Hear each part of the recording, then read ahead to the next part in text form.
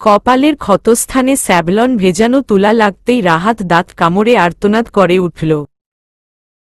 জ্বলুনি সহ্য করতে না পেরে সরিয়ে নিতে চাইল কপাল। আনিশা চোখ গরম করে তাকালো রাহাতের দিকে। তারপর রাহাতের মাথার একপাশে হাত দিয়ে চেপে ধরল যাতে রাহাত কপাল সরাতে না পারে। আনিশা আবারও তুলা চেপে ধরল রাহাতের কপালের ক্ষতস্থানে। রাহাত আর্তনাদ করে উঠে বলল, জ্বলছে তো, স্থির হয়ে বসো তো, পরিষ্কার করে না দিল ইনফেকশন হয়ে যাবে। রাহাত যন্ত্রণায় মুখ কুঁচকে বসে রইল। আজ তাদের একটা সমাবেশ ছিল, নির্বাচনের আগে দলীয় সমাবেশ। প্রথম দফায় বেশ ভালো চললেও বিপত্তি বাধল যখন দলের এক তরুণ নেতা বক্তৃতা দিতে শুরু করল। কোথা থেকে এক মেয়ে এসে দর্শক সারিতে দাঁড়িয়ে চিৎকার করে বলতে লাগল ওই নেতা নাকি তাকে সেক্সুয়ালি হ্যারেস করেছে। সাথে সাথেই আগে থেকে তৈরি হয়ে থাকা একদল ছেলে উত্তেজিত হয়ে বিশৃঙ্খলা শুরু করে দিল। চেয়ার তুলে ছুঁড়ে ফেলতে লাগল, স্টেজের নেতাকর্মীদের লক্ষ্য করে ঢিল ছুঁড়তে লাগল। সমাবেশ ভেঙে গেল। তৎক্ষণাৎ নাজিমুদ্দিন সহ আরও কিছু দলীয় নেতাকে স্টেজ থেকে সরিয়ে দেয়া হল। দলের ছেলেরা মারামারিতে লেগে গেল। রাহাতের গায়ে এসে পাথরের কিছু ঢিল পড়ল। শেষে রাহাত থাকতে না পেরে হাতে লাঠি নিয়ে নামল পরিস্থিতি সামলাতে। মেজাজ হারিয়ে কয়েকজনকে আঘাত করল। তখন এক ছেলে চেয়ার তুলে আঘাত করল তাকে। কাঠের চেয়ার ভেঙে কপালসহ আরও অনেক জায়গায় কেটে গেল। অন্যান্য তরুণ নেতারা তাকে এসে সরিয়ে নিয়ে এল। শেষে পুলিশ এসে পরিস্থিতি সামলাল। তদন্ত শেষে জানা গেল সমাবেশ বানচাল করতেই এরকম ঘটনা সাজানো হয়েছে। মেয়েটা সহ ছেলেগুলো পুলিশ ধরতে পারলেও তারা কারো নাম স্বীকার করেনি। কিন্তু এটা যে বিরোধী দলের চাল ছিল তা সম্পর্কে রাহাত নিশ্চিত। আনিশা রাহাতের গাল আর হাতের কাটাছেঁড়াগুলো পরিষ্কার করে ব্যান্ডেজ করে দিল। বিড়বিড় করে বলল, কি দরকার ছিল মারামারি মাঝখানে যাওয়ার? বাবার সাথে চলে আসলে না কেন? রাহাত ক্ষুব্ধ কণ্ঠে বলল, না গিয়ে কি করব? ওদের এত বড় সাহস সমাবেশে এসে ঝামেলা করে। ভালো করেছ গিয়েছ, এখন তাহলে ভুগতে থাকো। আনিশা ফার্স্ট এইড বক্সটা নিয়ে বিছানা থেকে উঠে পড়ল। রাহাত আনিশার হাত হ্যাচকা টান দিয়ে তার কোলে বসাল। দুহাত দিয়ে আনিশাকে আবদ্ধ করে বলল, এমন সুন্দরী বউ থাকতে ভুগতে হবে কেন? দু একটা চুমু দিয়ে যন্ত্রণা উধাও করে দাও তো দেখি। রাহাত চোখ বন্ধ করে গাল পেতে দিল চুমু খাওয়ার জন্য। আনিশা রাহাতের গালের ব্যান্ডেজে আলতো চাপ দিল। রাহাত আহ করে উঠল। আনিশা বলল, তাহলে আগে বললেই পারতে, তাহলে আর এত কষ্ট করে ব্যান্ডেজ করতাম না, চুমু দিয়েই মামলা ডিসমিস করতাম। তাহলে এখন মামলা ডিসমিস করো। ছাড়ো তো, মা এসে দেখবে। রাহাত আরও ঝাপটে ধরে বলল, মামলা ডিসমিস না করা অবধি কোর্টরুম বন্ধ হবে না। আনিশা হেসে ফেলল। ফার্স্ট এইড বক্সটা রেখে রাহাতের গলা জড়িয়ে ধরল। রাহাতকে আজ রক্তাক্ত দেখে তার আত্মা পানিশূন্য হয়ে গিয়েছিল। যদিও এটাই প্রথমবার না, এর আগেও রাহাতকে অনেকবার রক্তাক্ত অবস্থায় দেখেছে, অনেকবার পুলিশেও ধরে নিয়ে গিয়েছে। তখন আনিশা কেঁদে কেটে বুক ভাসাত। কিন্তু এখন আর কাঁদে না, কিন্তু চিন্তা হয় তার রাহাতের জন্য। বড্ড চিন্তা হয়। হাসিব সদর দরজায় ঠেস দিয়ে দাঁড়িয়ে বাগানের দিকে তাকিয়ে আছে। বাগানে হিসাম ছাতার নিচে বসে চা খাচ্ছে। হিসামের পাশে দাঁড়িয়ে আছে তার সেক্রেটারি। তার সাথে ঠোঁট নাড়িয়ে কথা বলছে হিসাম। হাসিব অনেকক্ষণ থেকেই এখানে দাঁড়িয়ে আছে, অপেক্ষা করছে হিসামের আশপাশ খালি হওয়ার জন্য। কিন্তু খালি আর হচ্ছে না, একের পর এক লোক আসছেই হিসামের কাছে। দাঁড়িয়ে না থেকে তোমার ভাইয়ের কাছে যাও। নারীকণ্ঠ শুনে হাসিব ঘাড় ঘুরিয়ে দেখল তৃপ্তি দাঁড়িয়ে আছে। তৃপ্তি হেসে বলল, এভাবে দাঁড়িয়ে অপেক্ষা করলে যাওয়ার চান্স পাবে না, একের পর এক আসতেই থাকবে। হাসিব কিছুটা আড়ষ্টতা নিয়ে জিজ্ঞেস করল, ভাইয়া কি সবসময়ই এরকম ব্যস্ত থাকে? তা তো থাকেই, দলের সব দায়িত্ব তোমার ভাইয়ের উপর, বাকি সবাই তো দলের নাম ভাঙিয়ে স্বার্থ উদ্ধারের তালে থাকে। হাসিব ঘাড় ঘুরিয়ে হিসামের দিকে তাকাল। মনটা খারাপ হয়ে গেল ওর। রাজনীতির এত বড় ময়দানে হিসাম একা। আগে মাথার উপর বাবা নামক যে একটা বটগাছ ছিল তাও নেই এখন। এখন সব ক্ষমতালোভীরা হিসামকে ঘিরে রেখেছে। তৃপ্তি হাসিবের কাঁধে হাত রেখে বলল, যদি তুমি সত্যিই রাজনীতিতে আসতে চাও তবে তোমার ভাইকে সাহায্য করো। প্রতিশোধের নেশায় ও যেই নোংরা খেলায় নেমেছে তা থেকে ফিরিয়ে আনো। শাহাদ খানের পিছনে ছুটতে গিয়ে ও নিজের জীবন, পরিবার সব ধুলোয় না মিশিয়ে দেয়। এই বদ মেয়ে, আমার বড় ছেলেটার মাথা খেয়ে স্বাদ মেটেনি, এখন আমার ছোট ছেলেটাকে ধরেছ? বাজখাই গলার আওয়াজে দুজনেই ফিরে তাকাল। দেখল মঞ্জুরা বেগম এক প্রকার ছুটে আসছে এই দিকে। কছে এসে বলল, আবারও তুমি শাহাদ খানের পক্ষে কথা বলছ? ওই খুনিটা তোমার কি হয়?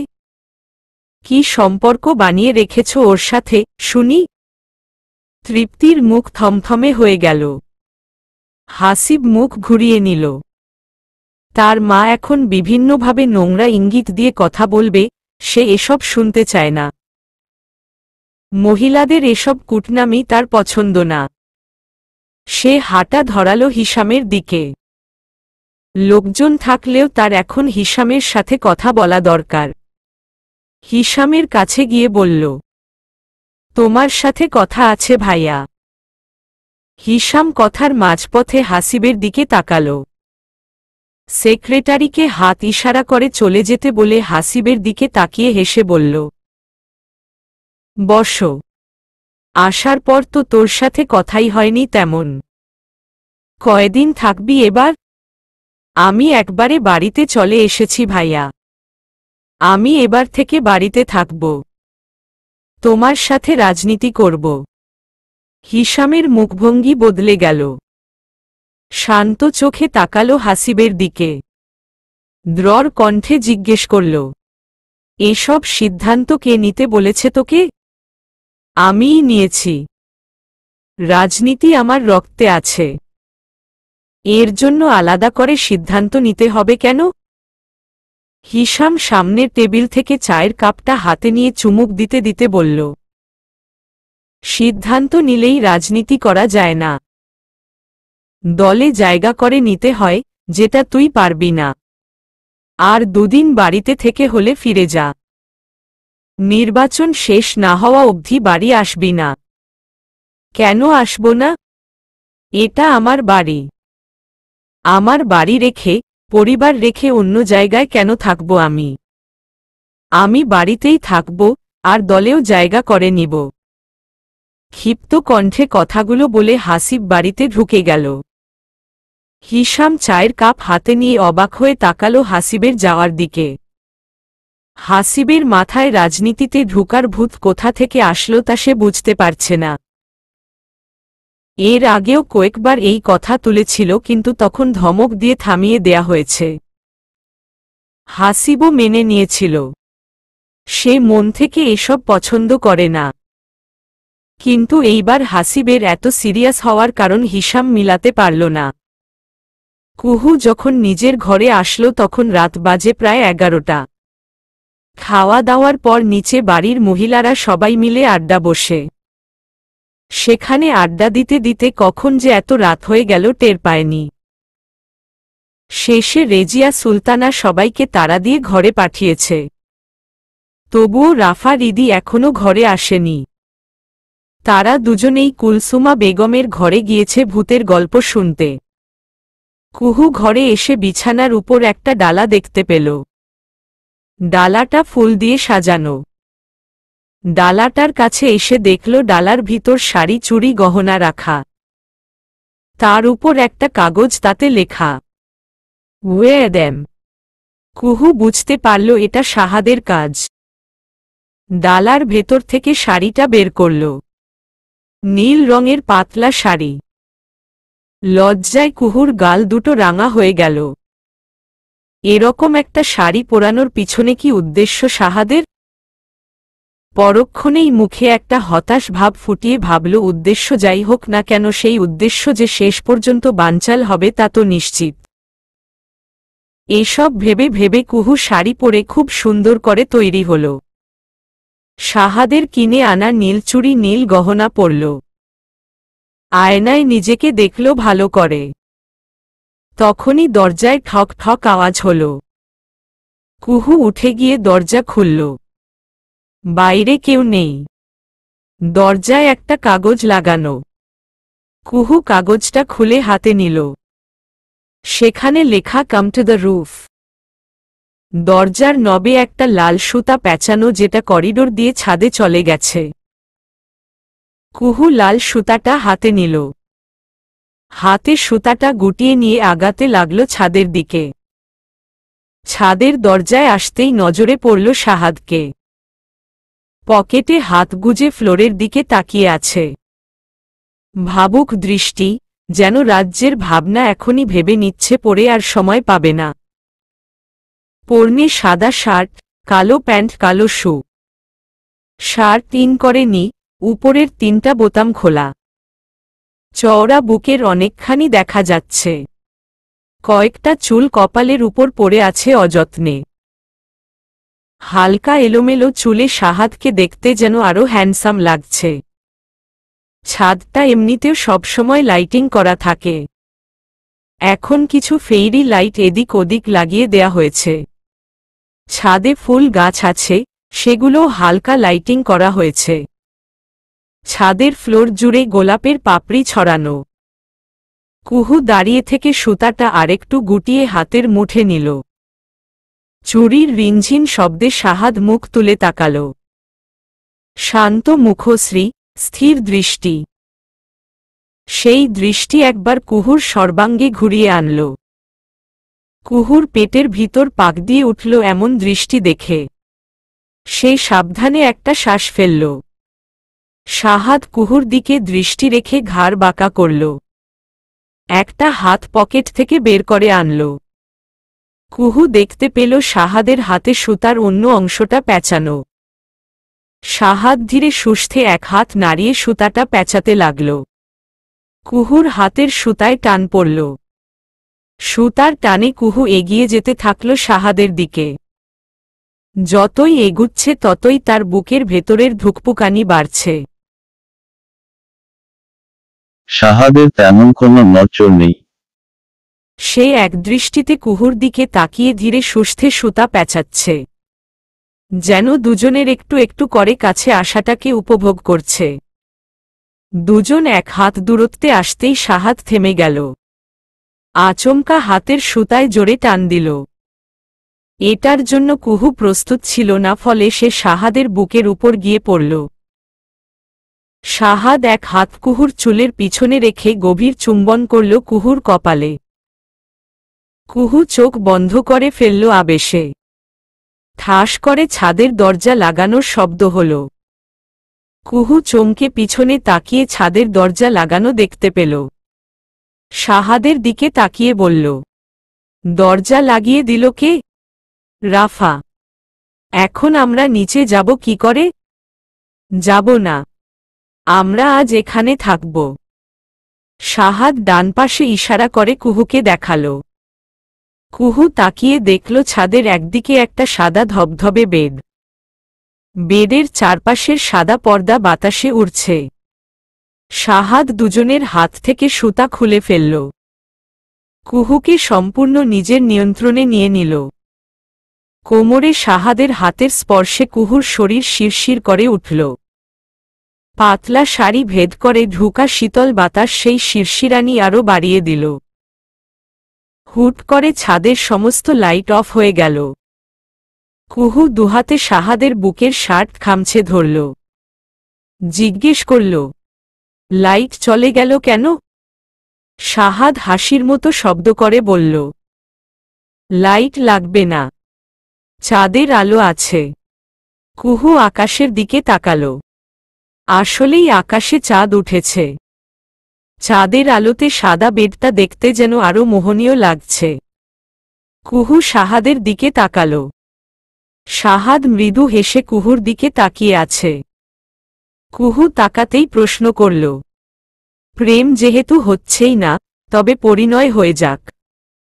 প্রেমের আগে পরিণয় তোমার আপত্তি আছে?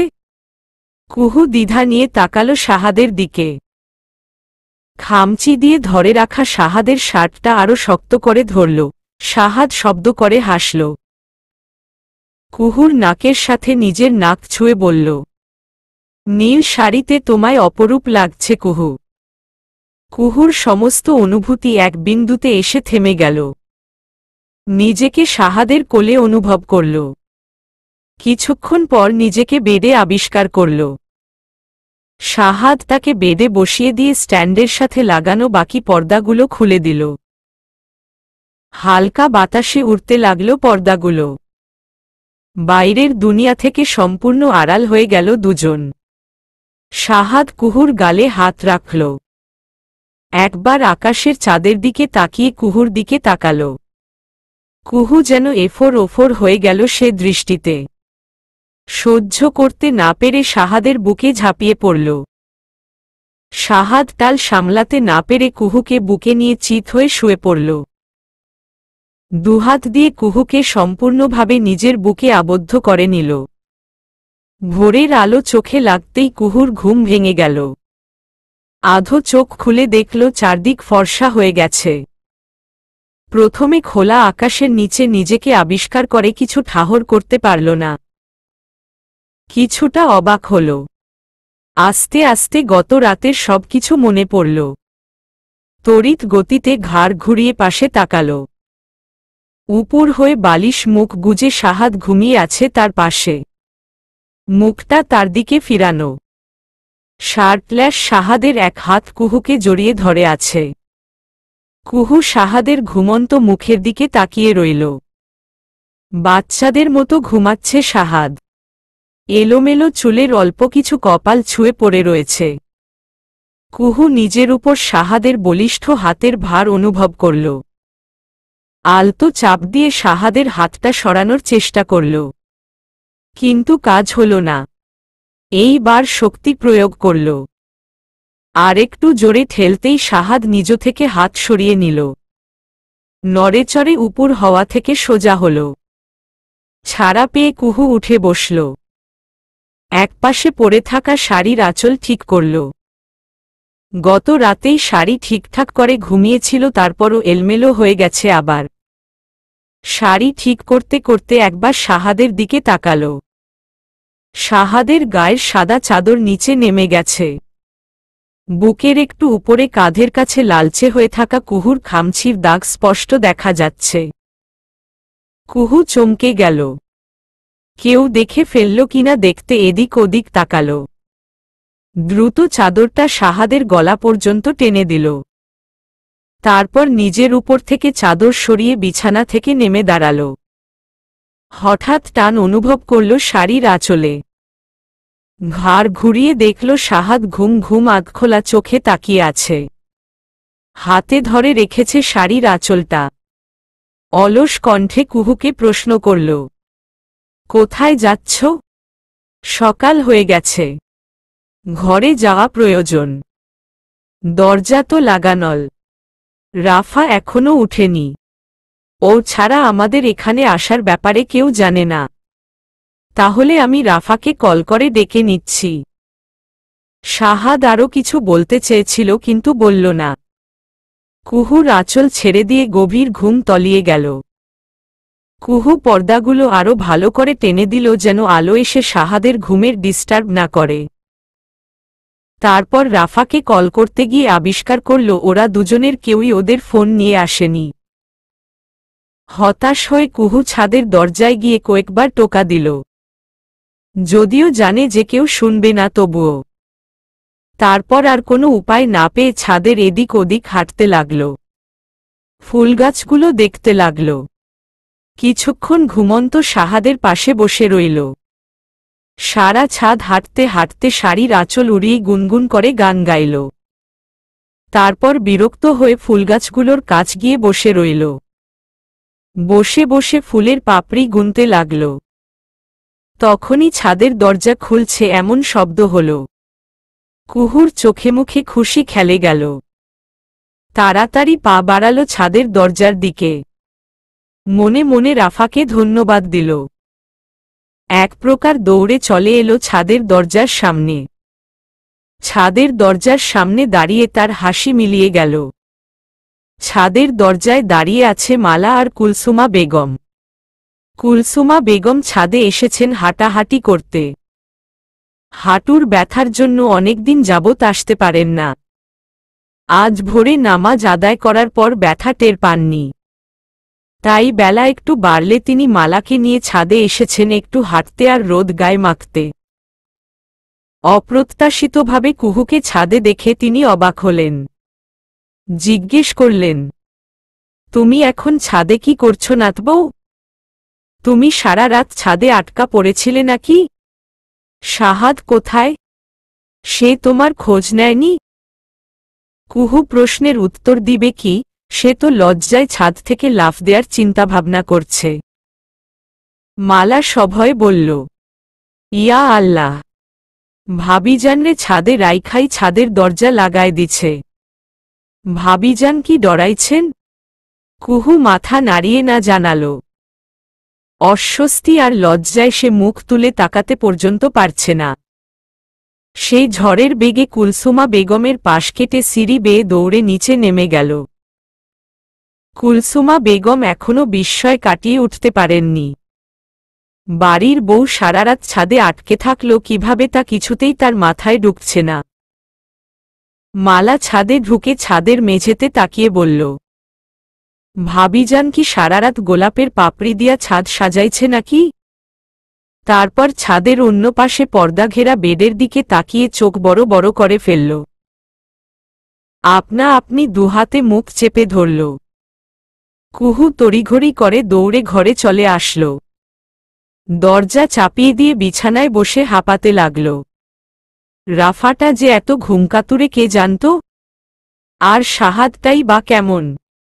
রোমান্টিকতা দেখানোর জন্য ছাদে যাওয়া লাগে? ঘরে কি এসব করা যেত না? কি লজ্জাটাই না পেল।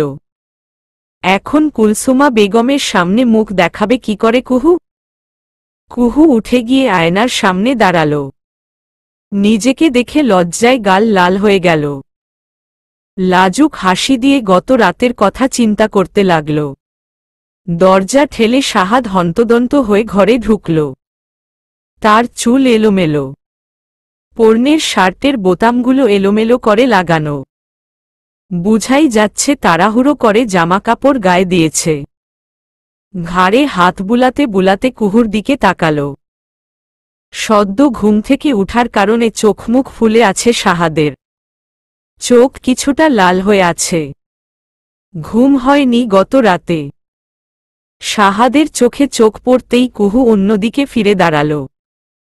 গত রাতে শাহাদ তাকে যেই লজ্জা দিয়েছে এরপর শাহাদের চোখে চোখ রাখা সম্ভব না। শাহাদ কুহুর আড়ষ্টতা বুঝতে পারল।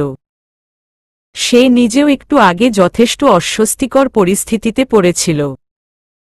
হঠাৎ করে ঘুম ভেঙে গিয়ে চোখ খুলে দেখল কুলসুমা বেগম বিছানার পাশে দাঁড়িয়ে অবাক দৃষ্টিতে তার দিকে তাকিয়ে আছে। পাশে দাঁড়িয়ে মালা মুখে ওড়না গুজে হাসছে। শাহাদের তখন করুণ অবস্থা। আশেপাশে কোথাও কুহুকেও পেল না, আর এই অবস্থায় বিছানা থেকে যে উঠে আসবে তারও উপায় ছিল না। বাধ্য হয়ে শাহাদকে বসে থাকতে হল। কুলসুমা বেগম চারপাশ ভালো করে পর্যবেক্ষণ করলেন, শকুনি দৃষ্টিতে শাহাদের দিকেও তাকালেন। এরপর সব দেখে শুনে ছাদ থেকে চলে গেলেন। তৎক্ষণাৎ শাহাদ জামা কাপড় ঠিক করে ঘরে এসেছে। পাঞ্জাবি পায়জামাটা একটু দিও তো। এটা বলেই শাহাদ ওয়াশরুমে ঢুকে গেল। কুহু যথাসময়ে শাহাদের পাঞ্জাবি পায়জামা রেডি করে রাখল। শাহাদ গোসল সেরে বের হলে তার হাতে ধরিয়ে দিয়ে নিজেও চলে গেল ওয়াশরুমে। দুজনের কেউই আর কারো সাথে কথা বলল না। কুলসুমা বেগম চেয়ারে বসে আয়েশ করে চা খাচ্ছেন। এটা তার দ্বিতীয় কাপ চা। সাধারণত সকালে একসাথে 2 কাপ চা তিনি খান না। আজ মন ভালো বলে খাচ্ছেন। চা খাওয়ার ফাঁকে ফাঁকে তিনি ডাইনিং টেবিলের দিকে নজর বুলাচ্ছেন। তাকিয়ে দেখছেন সবার খাওয়া ঠিকঠাক হচ্ছে কিনা। প্রতি সকালেই বাড়ির পুরুষদের খাওয়ার সময় তিনি ডাইনিং টেবিলের পাশে বসে এভাবে খাবারের তদারকি করেন। আর বাড়ির বউদেরকে নিয়ে তিনি একসাথে খান। তিনি একবার কুহুর দিকে তাকালেন। ওড়না মাথায় দিয়ে খাবার বাটি নিয়ে সবাইকে এটা ওটা দিচ্ছে। ওড়নার নিচ দিয়ে ভেজা চুল দেখা যাচ্ছে। এই দৃশ্য দেখে কুলসুমা বেগমের মনটা ভরে গেল। আজ সকালে ছাদে যাওয়ার সিদ্ধান্ত নেয়ার জন্য নিজেকে নিজে ধন্যবাদ দিল না। এতদিন পর তার মনের আশা পূর্ণ হয়েছে। খান পরিবারের উত্তরাধিকারী আসার আর বিশেষ দেরি নেই। এইবার শুধু খোদা মুখ তুলে চাইলেই হবে। কুহু খাবার টেবিলে সার্ভ করার সময় রাফার দিকে তাকাল। রাফা বাম হাতে কান ধরে চোখে মুখে অপরাধী ভাব ফুটিয়ে ফিসফিস করে বলল সরি। কুহু আলতো হাসল। তরকারির বাটি নিয়ে চলে গেল শাহাদের কাছে। বাটি থেকে একটা চিকেন লেগ পিস নিয়ে শাহাদের প্লেটে দিয়ে দিল। সাথে আরও 2টো বড় বড় পিস দিল। শাহাদ বিস্মিত হয়ে কুহুর দিকে তাকাল। তার প্লেটে একটা লেগ পিস তো ছিলই, আরও একটা দেয়ার কারণ বুঝল না সে। কুহু নিজের কাজ শেষ করে শাহাদের পাশ থেকে চলে এলো। রেজিয়া সুলতানা আর জয়া বেগমও কুহুর এই কাণ্ডে বিস্মিত হলেন। তবে কুলসুমা বেগম অবাক হলেন না। তিনি মুচকি মুচকি হাসলেন। খাওয়া শেষে শাহাদ বাড়ি থেকে বের হওয়ার সময় কুহুকে খুঁজল। কিন্তু কুহু এখানে নেই, সে রান্নাঘরে ব্যস্ত। শাহাদের খুব ইচ্ছা হলো যাওয়ার আগে কুহুর মুখটা একটু দেখতে। সেই সাথে কপালে একটা চুমু দিতে পারলেও মন্দ হতো না। কিন্তু কুহুর দেখা পাওয়াই তো কঠিন হয়ে যাচ্ছে। সে যদি নির্লজ্জ হতো তবে রান্নাঘর থেকে কুহুকে টেনে বাইরে নিয়ে আসত। কিন্তু সে নির্লজ্জ না। খান বাড়ির আদর্শ ছেলে সে। সদর দরজায় দাঁড়িয়ে অনেক চিন্তা ভাবনা করে ডাইনিং টেবিল পরিষ্কার করতে থাকা মালাকে ডাকল। মালা কাছে আসলে বলল, তোর ভাবিকে ডেকে আনো তো। বল আমার ঘড়ি আনতে ভুলে গেছি। ঘড়ি তো তোমার হাতেই আছে ভাইয়া, এই যে চক চক করছে। রাফার কথায় শাহাদ হাতে লাগানো ঘড়ির দিকে তাকাল। রাফা মিটি মিটি হাসছে। শাহাদ অপ্রস্তুত হয়ে বলল, ও হ্যাঁ তাই তো, মনে ছিল না। তাহলে নিশ্চয়ই অন্য কিছু ভুলে গেছ তাই না? দাঁড়াও ভাবিমনিকে ডেকে আনি। শাহাদ কিছু বলার আগেই রাফা কিচেন থেকে কুহুকে এক প্রকার টেনে আনল। তারপর দুজনকে একা রেখে হাসতে হাসতে মালাকে টেনে নিয়ে চলে গেল। হতভম্ব কুহু শাহাদের দিকে জিজ্ঞাসু দৃষ্টিতে তাকাল। শাহাদ প্রথমে একটু আশপাশটা দেখে নিল। চোরা চোখে বাড়ির ভিতরটাও দেখল। তারপর টুপ করে কুহুর গালে একটা চুমু দিয়ে কিছু হয়নি এমন ভাব করে বাড়ির বাইরে বেরিয়ে এলো। হাঁটা ধরল গ্যারেজে রাখা গাড়ির দিকে। কুহুর এক হাত স্বয়ংক্রিয়ভাবে গালে চলে গেল। সে বড় বড় চোখ করে শাহাদের যাওয়ার দিকে হাঁ করে তাকিয়ে রইল। পার্টি অফিসে মিটিংয়ের পরিবেশ খুব গরম। আশফাক খান মিটিংয়ে সবার সাথে একটু বসেই কাছের নেতাকর্মীদের নিয়ে বেরিয়ে গেছেন এক অনুষ্ঠানে যোগ দিতে। আপাতত মিটিংয়ের দায়িত্ব পড়েছে শাহাদের উপর। আসন্ন নির্বাচনে কি কি করণীয় তা সহ আরও সমস্ত দিক নির্দেশনা শাহাদ আলোচনা করছে। বলতে গেলে সে পুরোপুরি নেতৃত্ব দিচ্ছে। সব ক্ষেত্রে শাহাদের এক চেটিয়া দাপটে কিছু সমসাময়িক নেতার মনে বিদ্বেষ সৃষ্টি হয়েছে। আজকের মিটিংয়ে সেই বিদ্বেষ কিছুটা প্রকাশও করে ফেলেছে অনেকে। নির্বাচনী প্রচারণার বিষয়ে শাহাদের সাথে একজন সিনিয়র নেতা দ্বিমত পোষণ করলেন, কিন্তু শাহাদ যুক্তি দিয়ে তার কথা উড়িয়ে দিয়ে নিজের সিদ্ধান্তই বহাল রাখল। এতেই ক্ষেপে গেলেন উনি। টেবিলে থাবা দিয়ে বললেন, তুমি কি দলটাকে বাপের সম্পত্তি মনে করো? শাহাদ হালকা হেসে বলল, আপনার কথায় কিছুটা ভুল হয়েছে চাচা।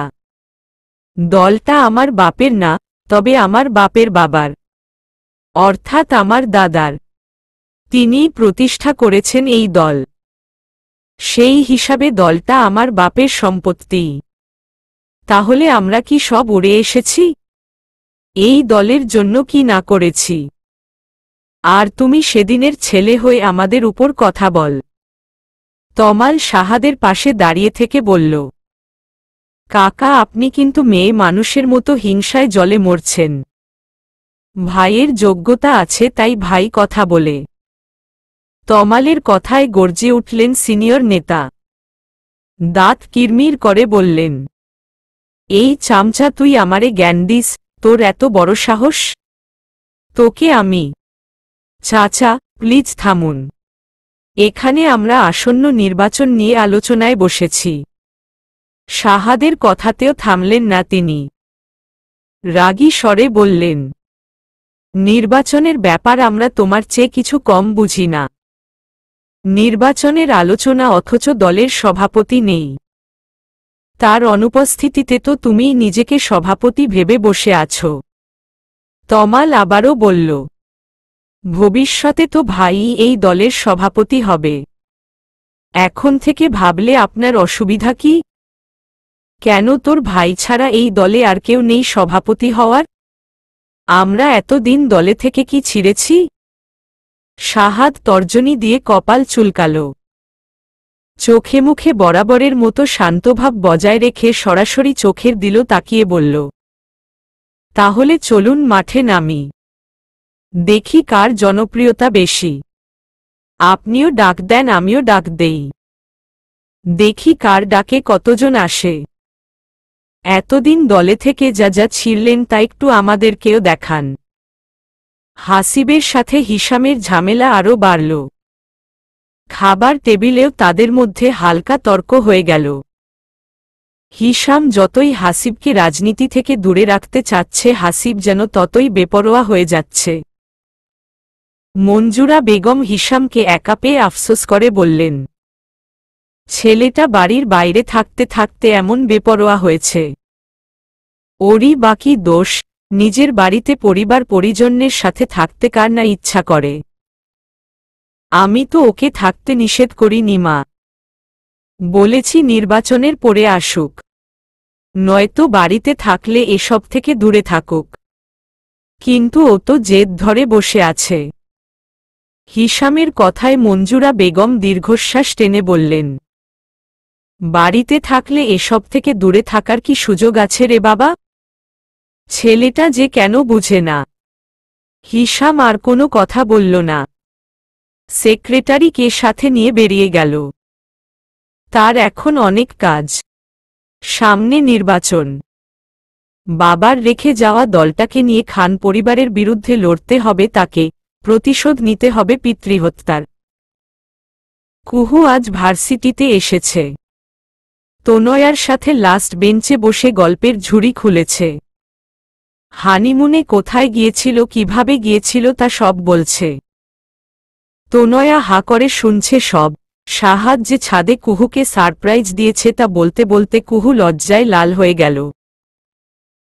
তনয়া কুহুর কাঁধে ধাক্কা দিয়ে বলল, খুব তো রাজনীতিবিদ বিয়ে করতে চাসনি। এখন তো তার প্রেমেই আইসক্রিমের মতো গলে গলে পড়ছিস। কুহু মুখে হাত দিয়ে কিটকিট করে হাসল। এই হাসির শব্দ ক্লাস নিতে থাকা লেকচারার শুনে ফেলল। কুহু আর তনয়া দুজনকেই দাঁড় করিয়ে কড়া করে শাসাল। বলে দিল ডিপার্টমেন্টে গিয়ে দেখা করে আসতে। ক্লাস শেষে কুহু আর তনয়া দুজনেই ডিপার্টমেন্টে গিয়ে দেখা করল।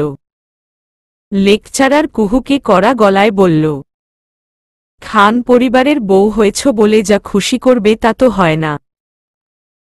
ক্লাসে অবশ্যই পরিবেশ বজায় রাখবে। কুহু সমস্ত কথা হজম করে মাথা নিচু করে চলে আসল। তনয়া রাগে গজগজ করে বলল, শাহাদ খানের বউকে শাসায় কত বড় সাহস! তুই ভাইয়াকে বলে এর একটা বিহিত করত। কুহু নাক কুচকে বলল, যা, এমন করলে হয় নাকি? নিজেরাই তো ক্লাসে কথা বলেছি, আমাদেরই দোষ। কুহুর সততা দেখে তনয়া মুখ ভেঙাল। ক্লাসের কাছাকাছি আসতেই কুহুর চোখ পড়ল অল্প দূরে বাইকের উপর বসে থাকা কয়েকটা ছেলের দিকে। সবাই ওর দিকে তাকিয়ে আছে। কুহু আলগোছে নিজেকে একটু দেখে নিল। কোথাও কোনো সমস্যা আছে কিনা দেখল। সবকিছুই ঠিকঠাক আছে, তারপরও ছেলেগুলো ওর দিকে এভাবে তাকিয়ে আছে কেন বুঝল না। একজন তো বাইকে বসে রীতিমতো ঘাড় বাঁকিয়ে তাকিয়ে আছে। দেখে মনে হচ্ছে ঘাড়টা যেন ভেঙেই যাবে। কুহু তোনাকে কনুই দিয়ে গুঁতো দিয়ে বলল, দেখ ছেলেগুলো কিভাবে তাকিয়ে আছে আমাদের দিকে। তনয়া কুহুর কথায় তাকালো ওই দিকে। এইবার ছেলেগুলো চোখ সরিয়ে নিল। শুধু যে সরিয়ে নিল তা না, একবারে বাইক নিয়ে চলে গেল। তনয়া বলল, এরা তো ফার্স্ট ইয়ার, নতুন অ্যাডমিশন নিয়ে এসেছে। বোধ হয় কোনোদিন ভার্সিটিতে পড়ুয়া মেয়ে দেখেনি, তাই দেখছে। এখানেই ঘটনা শেষ হয়নি। কুহু পরপর আরও কয়েকদিন সেম ঘটনাই লক্ষ্য করল। যেই দিনই সে ভার্সিটিতে আসত তখনই ছেলেগুলোকে দেখতে পেত। ছেলেগুলো এদিক ওদিক তাকানোর ভান করে ওর দিকে তাকিয়ে থাকে। কখনো নিজেদের মাঝে ফিসফিস করে কিসব বলাবলি করে। একদিন কুহু আর সহ্য করতে পারল না। তোনাকে নিয়ে গিয়ে ছেলেগুলোকে পাকড়াও করল। সরাসরি জিজ্ঞেস করল, তোমাদের সমস্যা কি? এভাবে তাকিয়ে কি দেখো? জানো না আমি তোমাদের সিনিয়র? ছেলেগুলো অতর্কিতভাবে কুহুর চলে আসাতে ভড়কে গেল। তারা সবাই মুখ চাওয়াচাওয়ি করতে থাকল। তনয়া আঙুল উঁচিয়ে বলল, এভাবে যে ওর দিকে তাকিয়ে থাকো তোমরা জানো ওকে? জানো ও কার বউ? একটা ছেলে উত্তর দিল, জানি, শাহাদ খানের বউ। তনয়া অবাক হয়ে প্রশ্ন করল, জেনে শুনে আরেকজনের বউয়ের দিকে তাকিয়ে থাকো কেন? পাশের একটা ছেলে তড়িঘড়ি করে বলল, ও তো আপনার দিকে তাকিয়ে থাকে। ও আসলে আপনাকে পছন্দ করে। হাসিব চমকে গেল রাফির কথায়। চোখ বড় বড় করে ঘাড় ঘুরিয়ে তাকালো রাফির দিকে। সাথে থাকা দুই বন্ধুও অবাক হল। সবচেয়ে বেশি অবাক হল কুহু আর তনয়া। তাদের মুখ হা হয়ে গেল। তনয়া কোমরে হাত রেখে রাগ নিয়ে বলল, সবে ভার্সিটিতে এসেছ, আর এখনই লাফাঙ্গাগিরি করছ? তাও আবার সিনিয়র আপুর সাথে। এই ছেলে তুমি কান ধরো। হাসিব শক্ত কণ্ঠে বলল, আমি কান ধরব না, আর আমি আপনার দিকে তাকাই। রাফি হাসিবকে কথা শেষ করতে দিল না। হাসিবের কথার মাঝখানে পিছন থেকে নিজের হাতে হাসিবের দুহাত উঁচু করে হাসিবের কান ধরিয়ে বলল, এই যে আপু ও কান ধরেছে, এবার আপনারা যান। হাসিব ঝাড়া মেরে রাফির হাত সরিয়ে দিল। আগুন গরম চোখে তাকালো রাফির দিকে। কুহু আশ্চর্য হয়ে সবকিছু দেখছিল। এমন কাণ্ড আগে দেখেনি সে। তনয়া যে ঝামেলা করবে বেশ বুঝতে পারছে। তনয়া শাসানোর মতো করে আঙুল উঁচু করতেই কুহু টেনে তোনাকে নিয়ে আসল। দূরে নিয়ে এসে বলল, আল্লাহর দোহাই লাগে ঝামেলা করিস না। আমার সাথে করে গার্ড দিয়ে দিয়েছে। এসব কথা শ্বশুর বাড়িতে গেলে আমার মান সম্মান থাকবে না। তনয়া মুখ ভেঙিয়ে বলল, তোর আবার মান সম্মান? শ্বশুর বাড়িতে তোর মান সম্মানের পাল্লা আমার জানা আছে। আমি এই বেয়াদবদের উচিত শাস্তি দিব। কুহু আর কিছু বলল না। তাড়াতাড়ি তোনাকে নিয়ে জায়গা ত্যাগ করল। ক্লাস শেষ করে আসার পথে ড্রাইভারকে বলল অন্য রোড দিয়ে নিয়ে যেতে। ওই রোডেই পার্টি অফিস, ওখান দিয়ে গেলে যদি শাহাদের দেখা পাওয়া যায়। সামনে বসে থাকা গার্ডটা বলল, ম্যাডাম শাহাদ স্যার আজ নির্বাচনী এলাকা দেখতে বেরিয়েছেন, উনি অফিসে থাকবেন না এখন। কুহু লজ্জা পেল গার্ডটার কথায়। গার্ডটা যে তার অভিপ্রায় বুঝে যাবে তা কে জানত। তারপরও কুহু দমল না। নিজের স্বামীকে দেখতে চাওয়ার মাঝে অপরাধের কিছু নেই। সেই গার্ডকে নির্বাচনী এলাকাতে গাড়ি নিয়ে যাওয়ার অর্ডার করল। গার্ডটা প্রথমে অনিচ্ছা প্রকাশ করলেও কুহুর জেদের কাছে হার মানল। দলের একজনকে ফোন করে জেনে নিল শাহাদ কোনো এলাকায় আছে। তারপর ড্রাইভারকে বলে দিল সেখানে যাওয়ার জন্য। এলাকায় এসেও শাহাদকে সহজে পাওয়া গেল না। এলাকার এদিক ওদিক চক্কর দেওয়ার পর শাহাদকে একটা কলোনির বাইরের মাঠে লোকবল নিয়ে বসে থাকতে দেখা গেল। শাহাদের আশেপাশে ছোট বড় অনেকেই ভিড় করে আছে। ভিড়ের মাঝখানে প্লাস্টিকের চেয়ার ফেলে শাহাদ সহ এলাকার মুরব্বিরা বসে আছে। বুঝাই যাচ্ছে গুরুত্বপূর্ণ আলোচনা হচ্ছে। এলাকার মুরব্বিরা শাহাদের দুপাশে বসে বিভিন্ন সমস্যার কথা বলছে। শাহাদ স্থির হয়ে বসে মাটির দিকে তাকিয়ে মনোযোগ দিয়ে শুনছে। মাঝে মাঝে মাথা নাড়ছে। আশফাক খান এখনো এই এলাকার এমপি। সেই সুবাদেই সবাই এলাকার সমস্যাগুলো শাহাদকে জানাচ্ছে। আশফাক খানের তুলনায় শাহাদের সাথেই তাদের সখ্যতা বেশি। কুহু গাড়িতে বসেই শাহাদকে দেখতে পেল। অল্প ছায়াঘেরা জায়গায় বসে আছে শাহাদ। তবুও রোদের আঁচে ঘেমে গেছে। মুখ চোখ কালো কালো হয়ে গেছে। পাঞ্জাবি ঘেমে বুকের কাছে কিছু অংশ ভিজে লেপ্টে আছে। কুহুকে গাড়িতে রেখে গার্ড আর ড্রাইভার নেমে গেল। গার্ড ভিড় ঠেলে শাহাদের পিছনে দাঁড়িয়ে শাহাদের কানে কানে কুহুর আসার খবর জানাল। শাহাদ বিস্মিত হল। অনুসন্ধানী চোখে এদিক ওদিক চোখ ঘুরিয়ে গাড়িটা দেখতে পেল। মেরুদণ্ড সোজা করে বসল। একবার ভিড়ের সবার দিকে তাকাল। আবারও মনোযোগ দিল তাদের কথায়। অল্প কিছুক্ষণ পর পাশে বসা মুরব্বিদের সাথে হাতে হাত ধরে বিনয়ের সাথে কিছু বলে উঠে দাঁড়াল।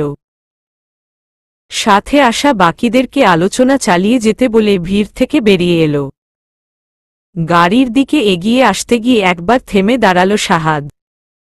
কলোনির সামনে ঝালমুড়িওয়ালা ঝালমুড়ি বিক্রি করছে। বাচ্চারা একের পর এক এসে ঝালমুড়ি কিনে নিয়ে যাচ্ছে। শাহাদও গিয়ে ঝালমুড়ি কিনে নিয়ে আসলো কুহুর জন্য। কাগজের ঠোঙায় ঝালমুড়ি দিয়েছে, সেখানে প্লাস্টিকের ছোট চামচ দেয়া। এই চামচ দিয়েই ঝালমুড়ি খেতে হবে। কুহু গাড়িতে বসেই শাহাদের সমস্ত কর্মকাণ্ড মনোযোগ দিয়ে দেখছে। শাহাদ গাড়ির কাছাকাছি চলে এলে দ্রুত ব্যাগ থেকে আয়না বের করে নিজেকে একটু দেখে নিল। আয়না ব্যাগে রেখে চুল টুল সব ঠিক করে বসল। শাহাদ গাড়ির দরজা খুলে কুহুর দিকে তাকিয়ে চমৎকার করে হাসল। তারপর নিজে উঠে বসে গাড়ির দরজা লাগিয়ে দিল। ঝালমুড়ির ঠোঙাটা কুহুর দিকে বাড়িয়ে বলল, মেয়েরা এসব পছন্দ করে দেখতাম, তাই নিয়ে আসলাম। কুহু ঝালমুড়ির ঠোঙাটা নিতে নিতে বলল, আপনি মেয়েদেরকে দেখতেন? কতক্ষণ দেখতেন? শাহাদ ভ্যাবাচেকা খেয়ে তাকাল। সদ্য দুজনের প্রেম প্রেম ভাব হয়েছে, এখন মুখ ফসকে বলে ফেলা কথা নিয়ে ঝামেলা করবে নাকি কুহু? সে কুহুর দিকে অপরাধী চোখে এক ধ্যানে তাকিয়ে রইল। কুহু এক চামচ ঝালমুড়ি মুখে দিয়ে মুখ চেপে হাসল। শাহাদের মুখভঙ্গি দেখে তার হাসি পাচ্ছে। কুহুর হাসি দেখে শাহাদও হাসল। জিজ্ঞেস করল, কি করলে ভার্সিটিতে? কুহু খেতে খেতে ভার্সিটির সম্পর্কে বলল। শাহাদের দিকে তাকিয়ে দেখল চুল ছুঁয়ে গাল এবং কানের পাশ দিয়ে ঘাম বেয়ে পড়ছে। ওর খুব ইচ্ছে হল নিজের ওড়না দিয়ে শাহাদের ঘাম মুছে দিতে, কিন্তু ওড়নার দিকে তাকিয়ে মনটা খারাপ হয়ে গেল। জর্জেট ওড়নার পুরোটা জুড়ে ছোট ছোট পাথর বসানো। এটা দিয়ে শাহাদের ঘাম মুছে দিল ওর মুখের ছাল চামড়া বোধহয় উঠে যাবে। শাহাদ কুহুর কথা শুনতে শুনতে নিজেই পকেট থেকে রুমাল বের করে নিজের ঘাম মুছল, গাড়ির সামনে থেকে পানি এনে পান করল। কুহু কথা বলার পুরোটা সময়ই শাহাদের দিকে তাকিয়ে রইল। কি সুন্দর শান্ত হয়ে বসে নিচের দিকে তাকিয়ে মনোযোগ দিয়ে শুনছে, মাঝে মাঝে অল্প হাসছে। কুহুর মনে হল এই বুঝি মেয়েদের স্বপ্নের পুরুষ, যে শুধু মন দিয়ে সমস্ত অর্থহীন কথাবার্তা শুনবে আর মাথা নাড়াবে। কুহু খুশি হয়ে 1 চামচ ঝালমুড়ি শাহাদের দিকে বাড়িয়ে বলল, নিন খান। শাহাদ হাত তুলে বলল, আমি এসব খাই না, তুমি খাও। শাহাদের বারণ কুহু শুনল না, জোর করে শাহাদের মুখে ঝালমুড়ি দিয়ে দিল। 1 চামচ দিয়ে তার শান্তি হল না, আরও পরপর কয়েক চামচ দিল। শাহাদ বউকে খুশি করতে ঝালমুড়ি মুখে নিল। কুহু খাওয়ানোর সময় পাঞ্জাবির উপর ঝালমুড়ি ফেলেছে, সেগুলো ঝেড়ে নিচে ফেলল। কুহু ব্যস্ত হয়ে জিজ্ঞেস করল, মজা না? শাহাদ এদিক ওদিক তাকিয়ে গাড়ির কাঁচ তুলে দিল। কুহুর দিকে একটু এগিয়ে বসল, বলল, হুমম্ম মজা। ঝাল তো খাওয়ালে, এখন তবে মিষ্টি খাওয়াও। কুহু চোখ পিটপিট করে বলল, এখন মিষ্টি কোথায় পাবো আমি? চোখ বন্ধ করো, দেখাচ্ছি। আশ্চর্য, চোখ বন্ধ করলে দেখব কি করে? শাহাদ হতাশ শ্বাস ফেলল। এই মেয়ে কি বুঝে না কোনো মিষ্টির কথা বলছে শাহাদ? এত অবুঝ হলে চলবে? শাহাদের হাতে কি এত সময় আছে? ভাগ্যগুণে অপ্রত্যাশিতভাবে বউকে এই সময় কাছে পেয়েছে, এই সুযোগ কি সে মিস করবে? কখনোই না, নেভার। শাহাদ অধৈর্য হয়ে নিজেই এসে এক হাতে কুহুর চোখ দুটো আলতো ছুঁয়ে বন্ধ করে দিল। কুহু বাধ্য মেয়ের মতো চোখ বন্ধ করে নিল। সে বেশ বুঝতে পেরেছে কোনো মিষ্টি চাচ্ছে শাহাদ। গত কয়েকদিন এই মিষ্টির অনেক অভিজ্ঞতা হয়েছে তার। তারপরও বুঝেও না বোঝার ভং ধরেছে সে। কথায় আছে, এক ইন্দ্রিয় বন্ধ করলে অন্য ইন্দ্রিয়গুলো অনেক বেশি সচল হয়ে যায়। কুহুরও তাই হল।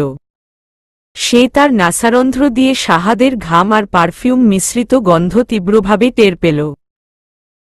অনুভব করল তার গাল আর গলার কিছু অংশে শাহাদের পুরুষালী হাতের ছোঁয়া। বাইরে সে ভোলাভালা ভাব ধরে থাকলেও তার বুকের ভেতর যেন হাতুড়ি পিটাচ্ছে। সে ভিতরে ভিতরে নিজেকে প্রস্তুত করল সেই মিষ্টি মুহূর্তটার জন্য। চলবে।